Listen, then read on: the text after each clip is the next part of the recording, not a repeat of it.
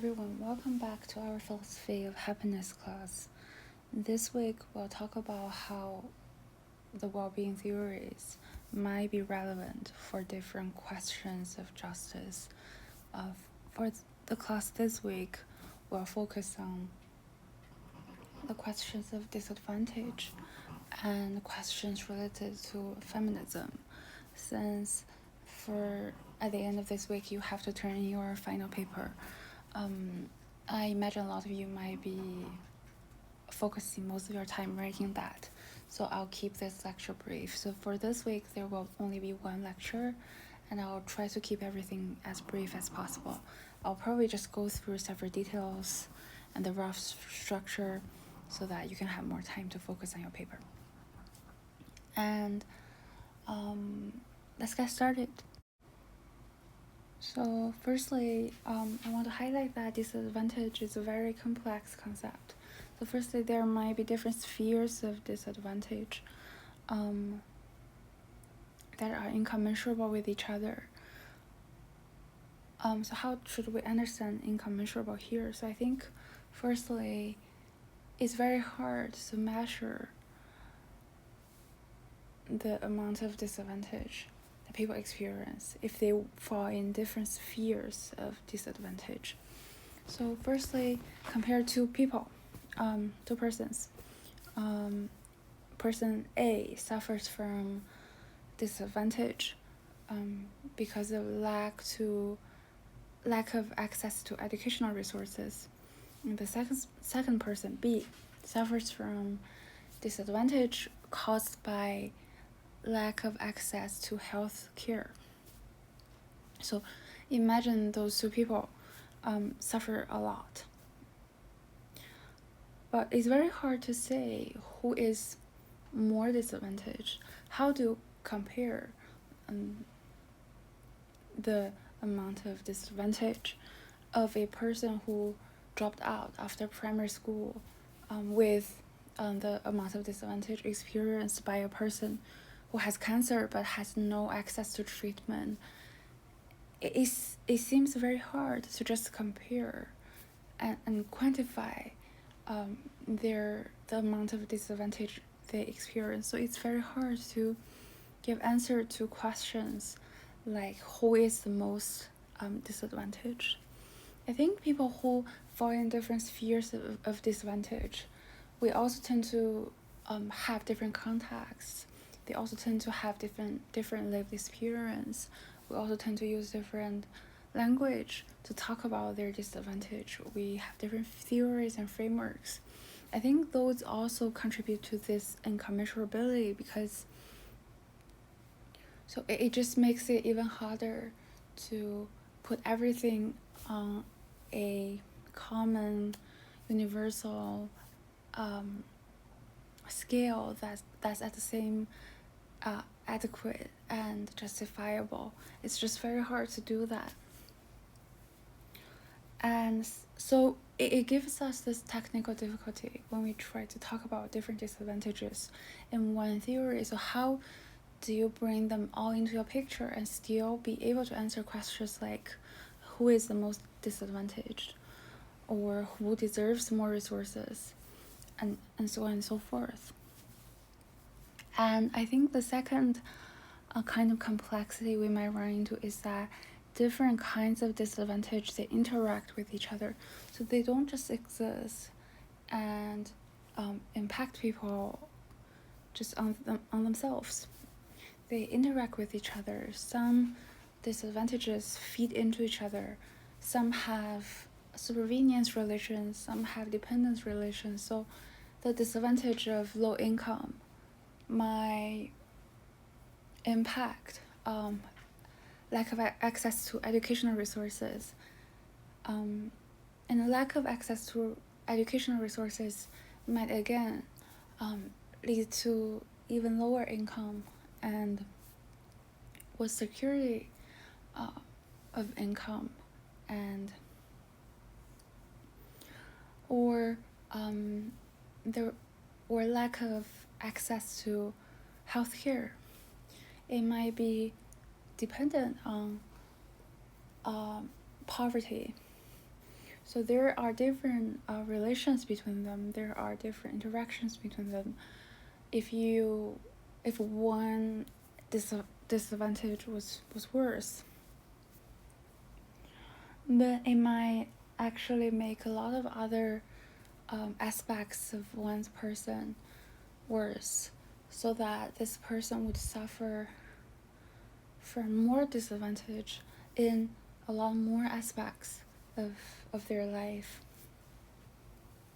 So that is another technical complexity we have to keep in mind. So the third complexity that might arise is the clustering of disadvantage. That means different disadvantages might just pile up.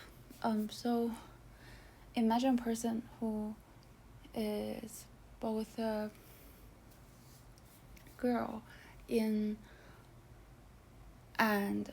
suffers from poverty. So imagine this girl lives in a country where the gender inequality and the kind of injustice produced by it is still very bad. So this girl suffers from two kinds of disadvantage, let's say, but the disadvantage produced by gender inequality and the disadvantage produced by poverty, they don't just add up. So it's not just these two disadvantages add up. In fact, they have some sorts of chemical reactions with each other, and when they are combined together, they make such intersections or such combining of different disadvantages just make this person's life a lot worse on a much faster scale, or in a accelerating way, let's say. So we can't just consider clustering of disadvantages just adding up different disadvantages. We have to actually realize that when a person encounters more than one disadvantage, their life can be much worse than just those disadvantages adding up with each other. We have to realize the kind of lived experience this person goes through might actually be a lot worse than we imagine, and might actually make it even harder to recover this person's well-being or to support this person when different kinds of disadvantages just get entangled with each other and just get muddled up with each other. Is frequently much worse, and it gives this person even more difficulty to recover their well-being and get back on their feet. So and when we think about those complexities, we also realize that they all cause some difficulties for us to answer questions like who is the most disadvantaged? How do you actually compare? Who gets to decide? Which framework actually gets to decide? How can we justify the kind of decision we have, or the kind of conclusion we have? But yet, kind of comparing between different disadvantages seems very important, because this talk of well-being and disadvantage is very relative. It's very relevant to the sphere, the domain of public policy and the domain of political philosophy. If we are a policymaker, we have to distribute resources, right? And then we have to give conclusions about who is the most disadvantaged, or at least we have to give different ranks or priorities of who is more disadvantaged, so that we would know who needs more resources and who should get more resources first, and who would be more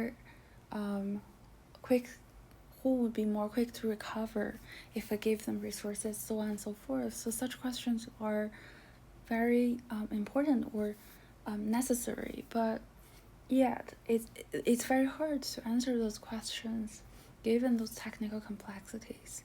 So a lot of philosophers, including those philosophers we are reading this week in the textbook chapter, their theories are partly trying to answer questions like this. So we'll get deeper into them.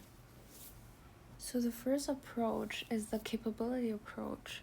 So it just tries to offer a working list of central capabilities so that we have this criteria. We can basically have this list of just check boxes. So this person has 5 capabilities on this list, and that person has 3 capabilities on this list of central capabilities. So and the second person probably is more disadvantaged than the first person. So it's kind of straightforward. However, who decides this working list? So I think this is where we might run into more questions. So how do we identify this list, and how do we justify our list? So there are different ways of identifying the working list here. So I try to bring them together here, and but I'll not go into more detailed explanation of them because I want to keep this brief for you to save more time to write your papers. But just be aware that people have had different approaches of identifying the working list, or people have had different models or have had different kinds of frameworks that are relevant to identifying the working list, or different kinds of frameworks or models of how you can be a philosopher of a capability approach.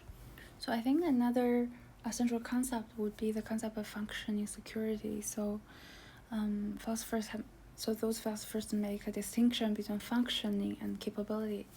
So for instance, if I am functioning, a way I am functioning is that I am being well nourished.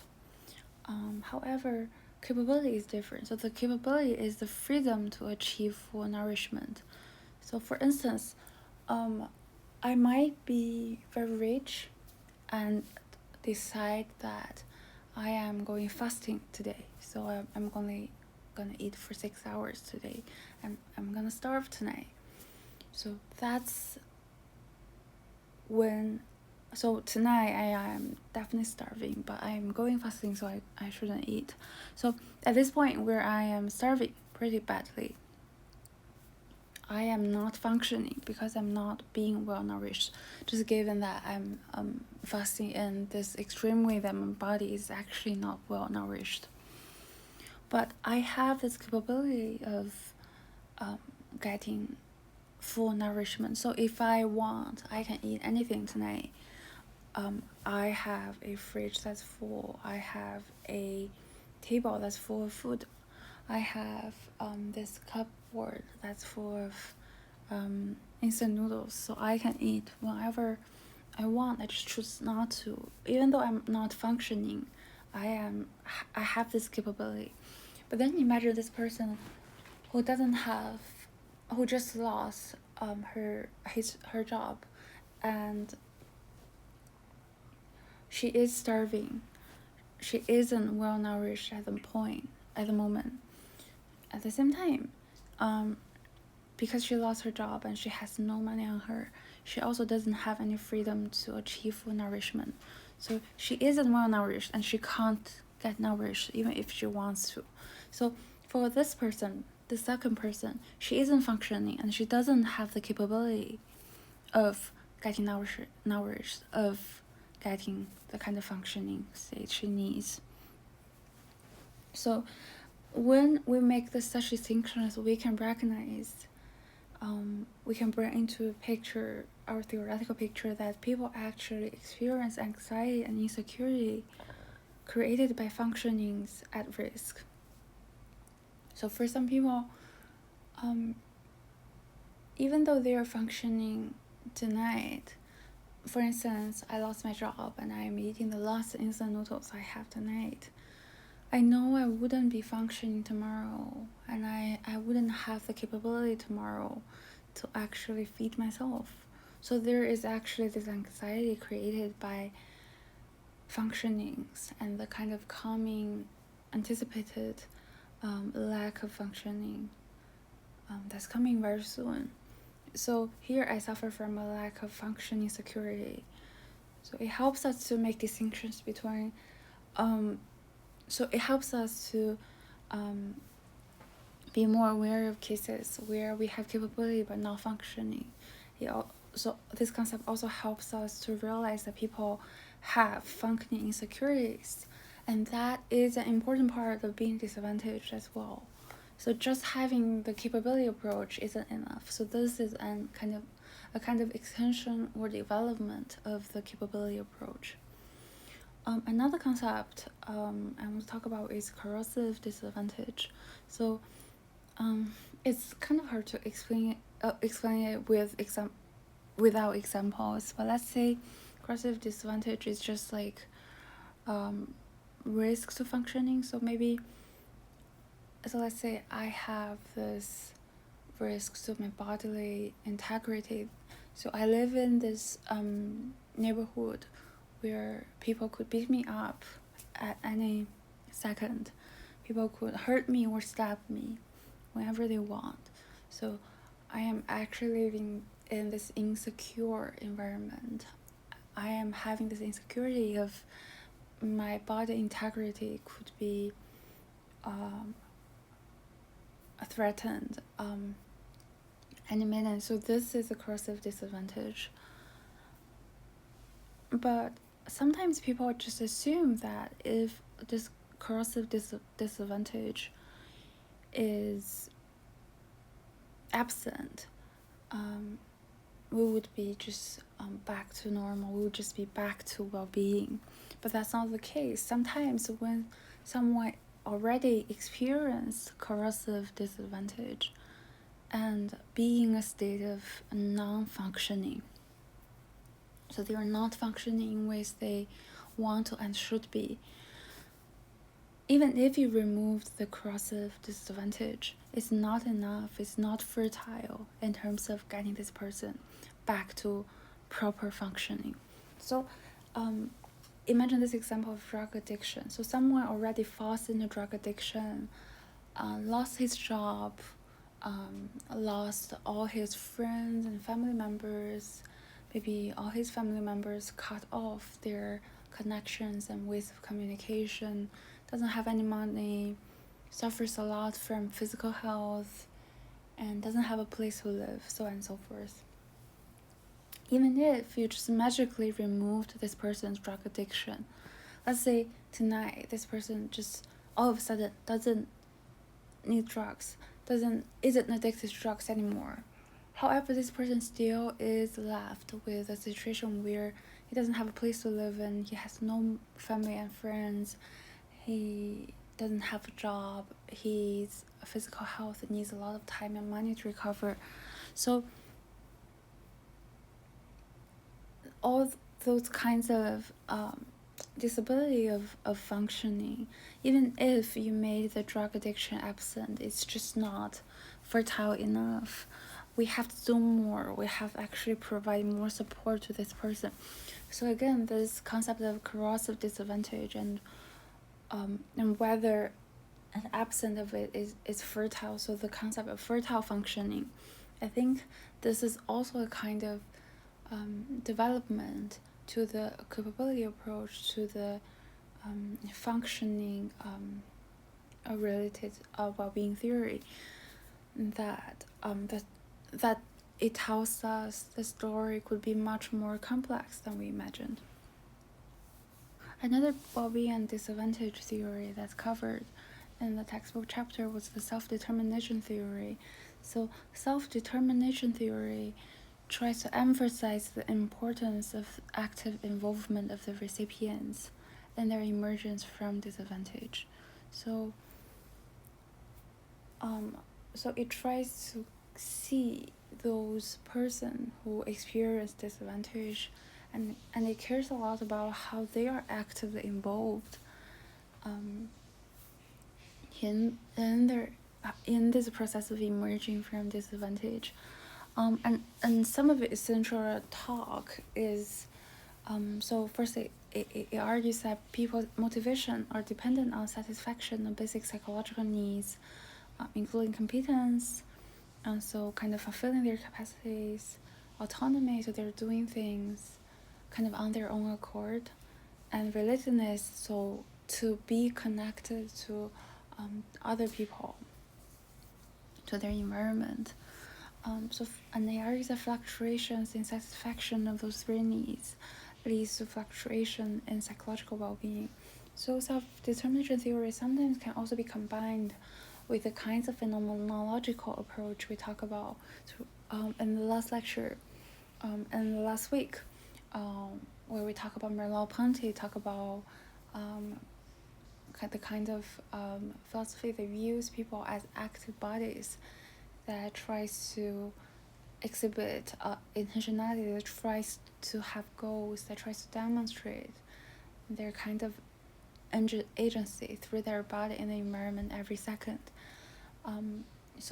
Sometimes self-determination theory can also be combined with that kind of phenomenological philosophy that tries to recognize people's agency and tries to account for people's lived experience. They try to demonstrate their agency and their intentionality. So this would be all the content we have for disadvantage. And now I want to talk a little bit about how well-being is related to feminism. So I feel like in terms of feminist perspectives on well-being, and in terms of how well-being might be relevant to feminism, or how feminism might be relevant to well-being, or so on and so forth, I feel like this textbook chapter is just a starting point, and I feel like this lecture is not even a proper beginning. A lot more could be said, a lot more could be explored. This is a big topic here. So because I want you guys to focus more on your paper writing, I'll just briefly talk a little bit about the kinds of challenge feminism might propose towards our former theories of well-being. But this is just merely a starting point. If you're interested in this, just feel free to get deeper into it and read more about it. I would be more than happy to have a discussion with you all, with each of you. So firstly, I think one challenge feminism poses for us is this question, were our theories of well-being, such as hedonism, to simplify? Maybe there are a lot more to the story. So, for example, one concept raised by feminists is that sometimes females or any person who is oppressed might experience things like oppressive pressures. So, McKinnon argues that gendered social relations serve to and constitute sexualized subordination, such that women and men take pleasure in women's subordination. So I was meant to put oppressive pleasure there, but instead I put pressures there, but I meant oppressive pleasures there. So that is this kind of pleasure good for our well-being? Should we consider such pleasure as a form of well-being? Well, a hedonist might be willing to bite the bullet and say so, but that seems deeply problematic. If we think about a woman who takes pleasure in her subordination, so another concept might be repressive narcissism. So it just talks about gender socialization, encourage women to take pleasure in their own objectification. So in this case, a woman might feel great pleasure because she's objectified. But should we consider this person as having well-being? So this poses a challenge to hedonism. And also think about the case where women are encouraged to take pleasure in appearance-related activities, but so they might have pleasure because they were beautiful today, and they were beautiful today probably because they spent 6 hours to do makeup, and so here I'm not saying that doing makeup is bad or doing any appearance related activities is bad. So this talk or this aspect of the discussion here is merely trying to point out there is also this dimension where women are forced to take a part in appearance related activities. So for instance, maybe someone who works in a company had to spend 5 hours to do makeups and so on and so forth, and wear clothes that are uncomfortable for her, and so on and so forth, which she herself finds trivial, finds and which activities she finds to be exhausting, and she thinks that those are not what she enjoys, and maybe deep down inside she wishes that those didn't exist, and maybe she deep down in her side she already exhausted and she didn't want to spend so much more energy on something other than her work or other than her study. So deep down inside, this action of spending 5 hours to actually dress up was not aligned with her current states and purposes and goals. So in such a case, this kind of pleasure she had in the appearance related activities is actually kind of ambiguous. It's actually kind of it actually kind of has more layers to it that are not actually pleasure, but maybe theories like hedonism doesn't capture that. So I think of course there might be appearance related activities where someone genuinely enjoys and takes pleasure in. So those are not the kind of cases I meant here. And I think of course anyone has the freedom to enjoy appearance related activities. I guess here the complexity and difficulty and challenge more comes from those cases where the person doesn't enjoy or doesn't enjoy that activities, doesn't genuinely enjoy that appearance related activity, and actually deep down inside feel exhaustion or feel forced. So I feel like this is the kind of case we're talking about here. But then it just makes more it just gives the kind of pleasure she experiences much more layers, just making much more ambiguous, and it makes that kind of pleasure she's experiencing that second much more difficult to characterize. And she might ask herself, okay, am I actually happy? And it's harder to answer that question because there are more layers there, and she might ask herself, okay, where did my pleasure come from? Was it because my parents taught me that way, or was it because society taught me that way? So, or was it because of the kind of culture our company has there? So so a lot of complexities, a lot of layers that are underlying her pleasure there. So it just makes it more ambiguous, much harder to characterize. So in terms of this question of whether people can genuinely enjoy appearance-related activities without education and without oppression. I think this is still a question that people are debating in the field of feminism. So here, since I brought this example up, so I wanted to say a little bit more to clarify. So I guess because I personally don't specialize in feminism, and I feel like I'm not qualified to give a detailed discussion of that. So I guess I'll just say here I'm not actually adopting any opinion, and I didn't want to impose any opinions on you all. And I think if you came across this part of the lecture and you feel like you have different opinions, just I would be very happy to hear more of your thoughts.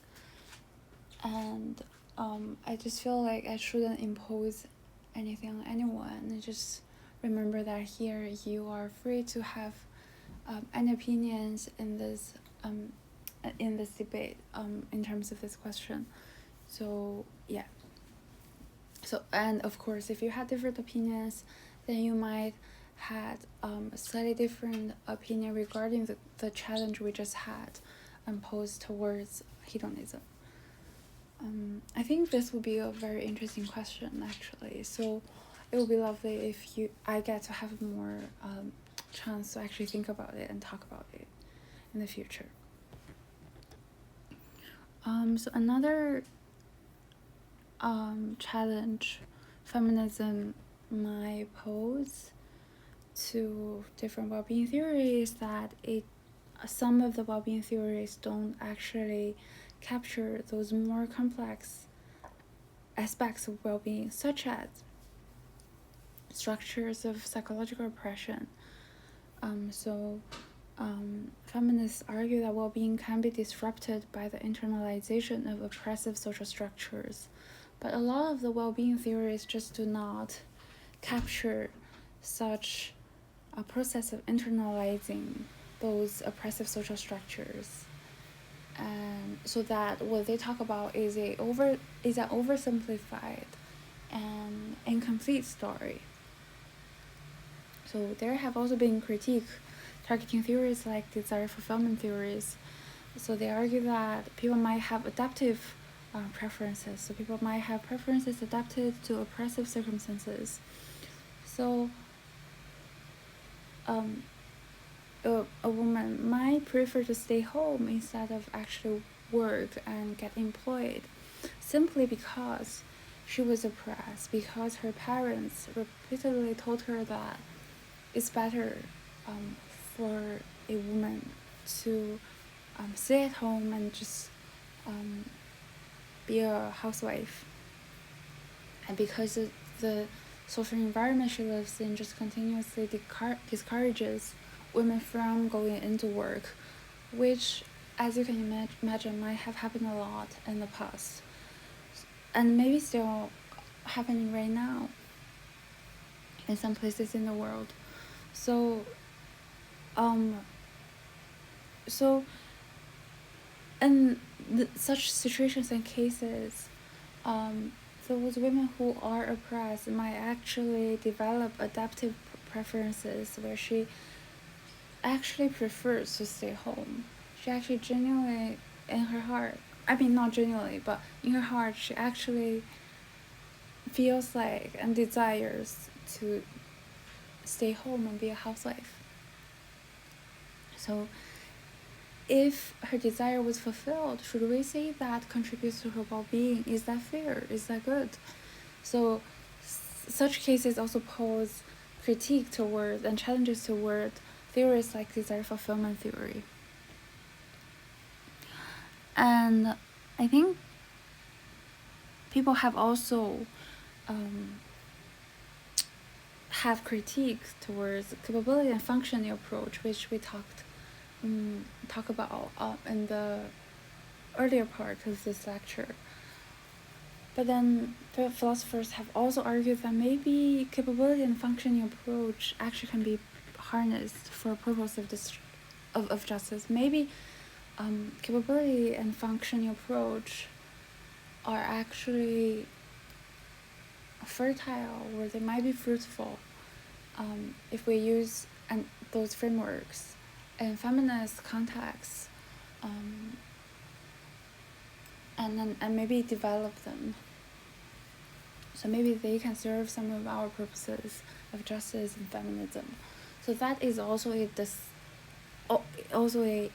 ongoing discussion that I think we can be aware of, and it would be very interested to go into more of that as well. So that would be all for